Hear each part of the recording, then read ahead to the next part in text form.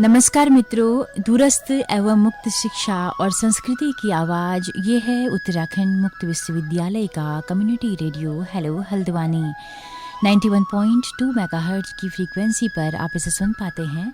श्रृंखला चल रही है मेरे हिस्से का पहाड़ और किस्सा गो हैं प्रकाश प्रीति।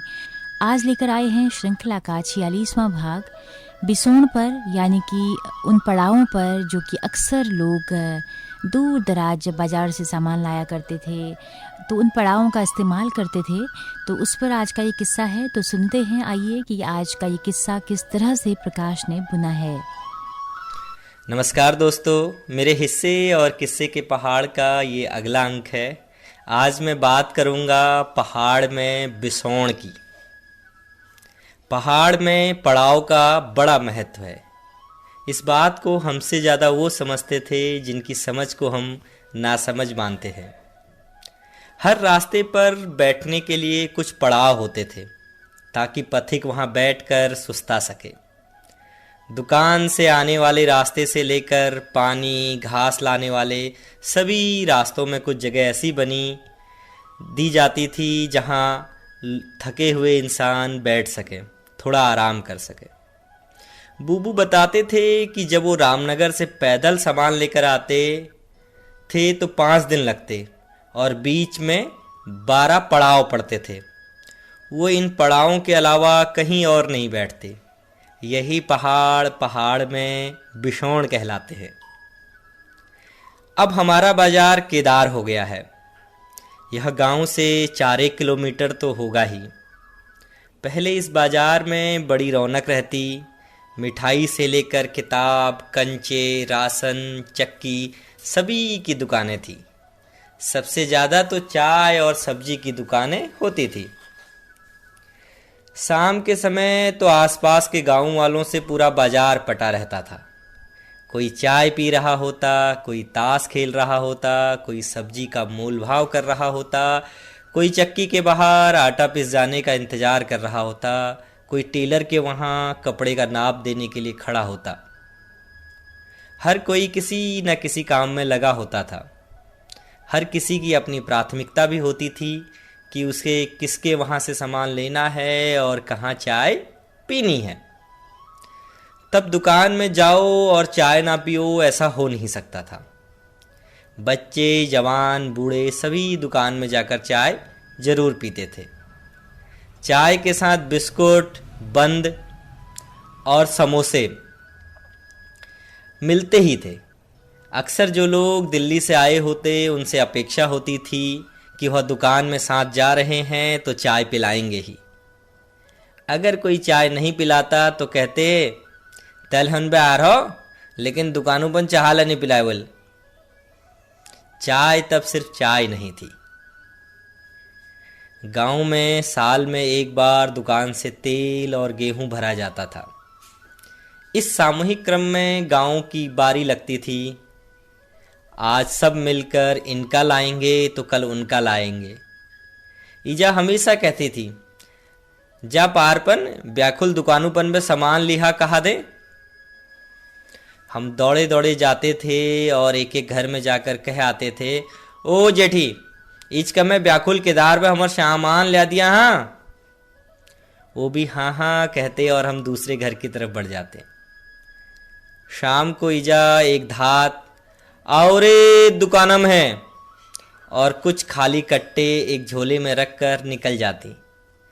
कभी दुकान से सब्जी, चीनी या कुछ छोटा मोटा सामान और लाना होता तो हमें भी साथ ले जाती।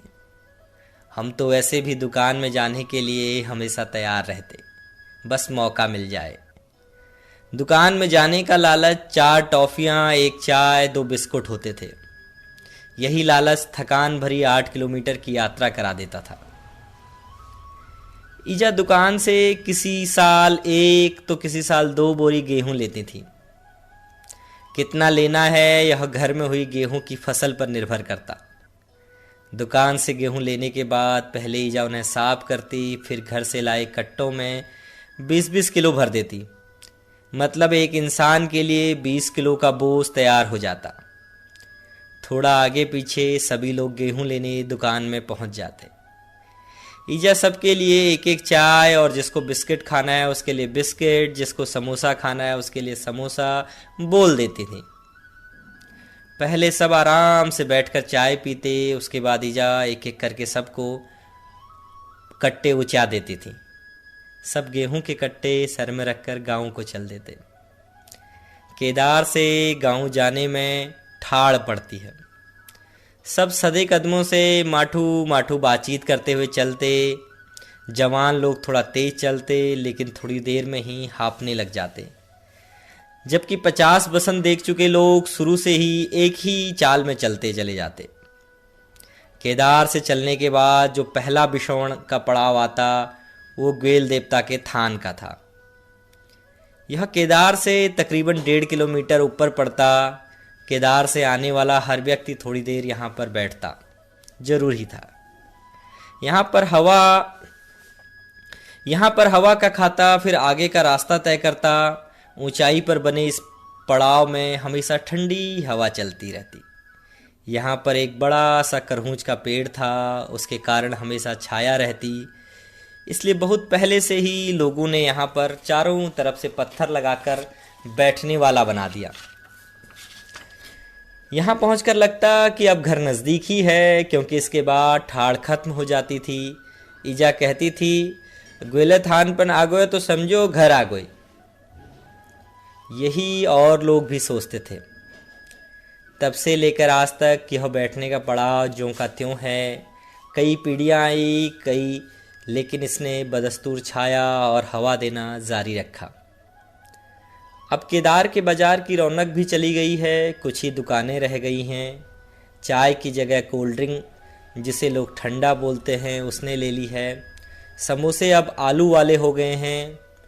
अब सामान लेने जाने वाले लोग पहले ही कह देते हैं, चाह को पीमो, मखनी ठंड पिला दिए। ईजा भी झाग मारमो कहते कहते चाय से कोल्ड ड्रिंक पर शिफ्ट हो गई हैं।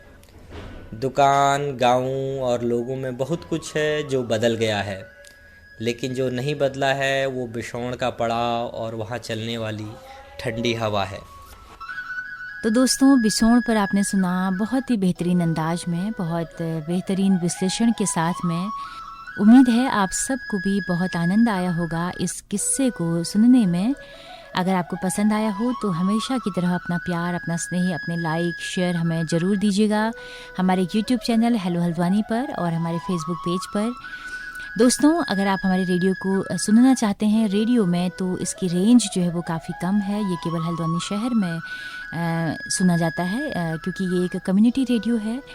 लेकिन अगर आप वाकई में हमारे रेडियो को सुनना चाहते हैं तो गूगल प्ले स्टोर में जाकर हेलो हल्द्वानी ऐप को अपने मोबाइल पर इंस्टॉल कर सकते हैं और सुबह 10:30 बजे से लेकर शाम 4:30 बजे तक 6 घंटा हमारी रेडियो सभा सुन सकते हैं।